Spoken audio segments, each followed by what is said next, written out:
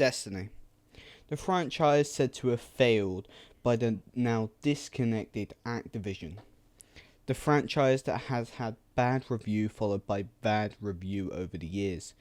The franchise loved by some and hated by many. But now, with the aspect of New Light and Shadowkeep, is that changing? So, this is a review of Destiny 2 Shadowkeep and also Season 8 of Destiny 2 as that came along with it and is the current stuff people are playing. It will also feature a slight look into New Light experience, which is a brand new experience for all free-to-play players and helps them into the game. And I've had some mentions from friends, and also I have completed it myself. And just a tip, this video will contain spoilers for all things Destiny 2 Shadowkeep and Season 8. So if you wish to stay spoiler free or do not wish to be spoiled or haven't completed the DLC, I would recommend not watching this video, and this is your only warning in this video, so please leave now if you don't want to be spoiled about Shadowkeep. So first, I guess we should discuss the main campaign. The whole story's focus is not on the actual Shadowkeep, but the thing that lies inside.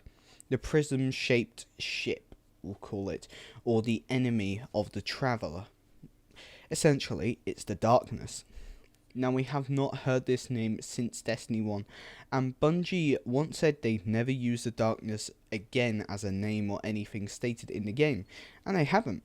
But we all know what this enemy to the Traveler, this pyramid ship is. It's the enemy of the light, which is the dark. It just makes sense, and you can see that in the real world.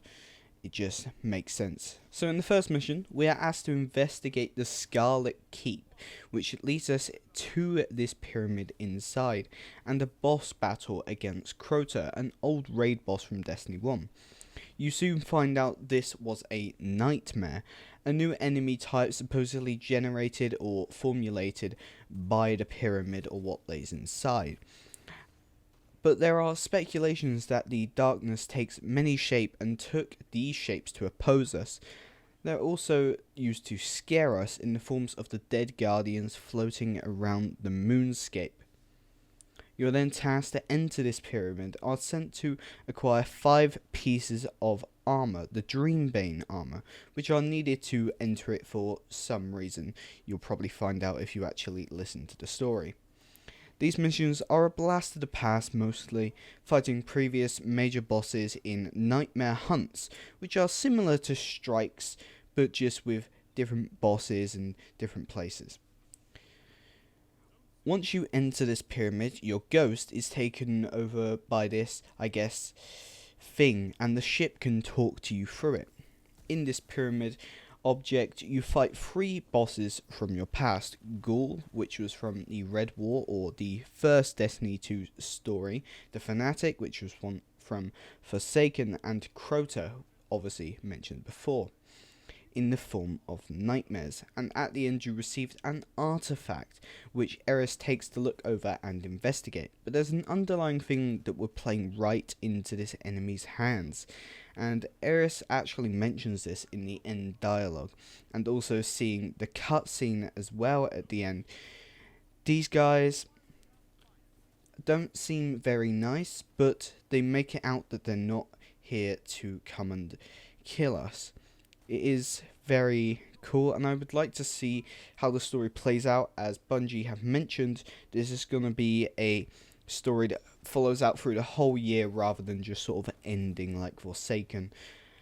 So, be interesting to see what happens. Now let's get on to what you'll be doing most for these few months of Destiny 2, the seasonal content. So this current season is Season 8, and it comes with quite a few new features. Most importantly is a Season Pass of sorts. There's a Standard Pass, free to all players, and a paid pass to those who bought Shadowkeep.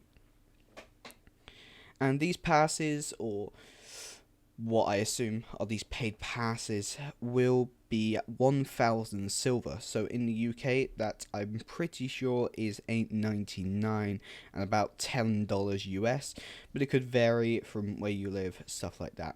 So 1000 silver.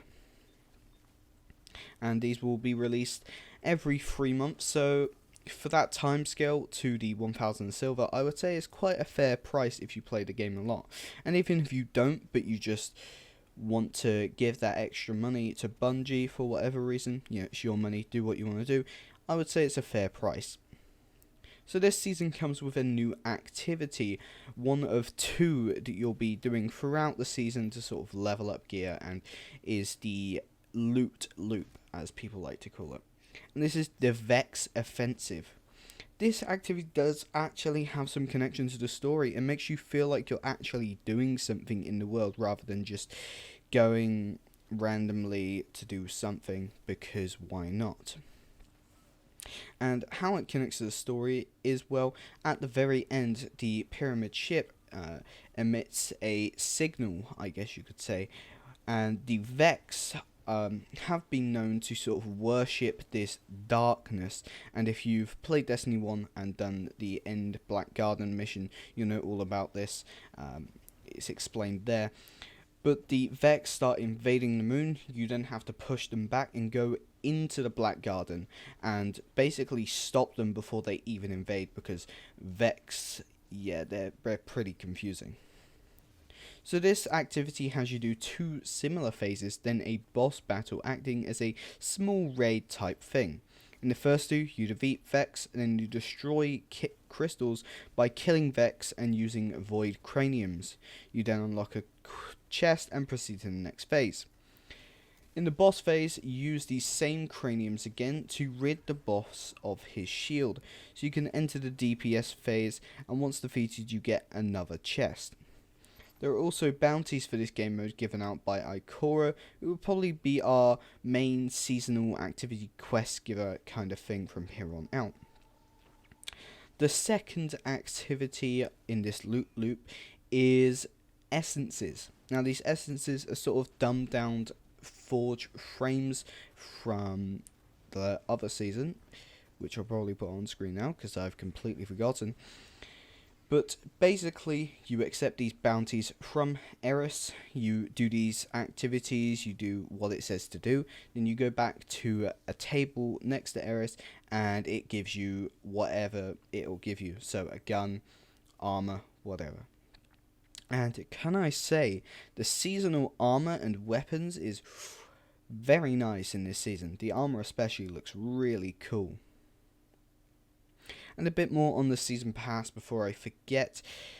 Each level is only 100,000 XP, so it doesn't feel like a slog to get all the way to the top, but it's more of there just like a more loot kind of thing rather than that's all you're trying to get to, which I feel like is very good, because most of the time with seasonal pass kind of things I usually feel like it's a bit of a slog, it keeps increasing sort of thing, but it's 100,000 XP all the time.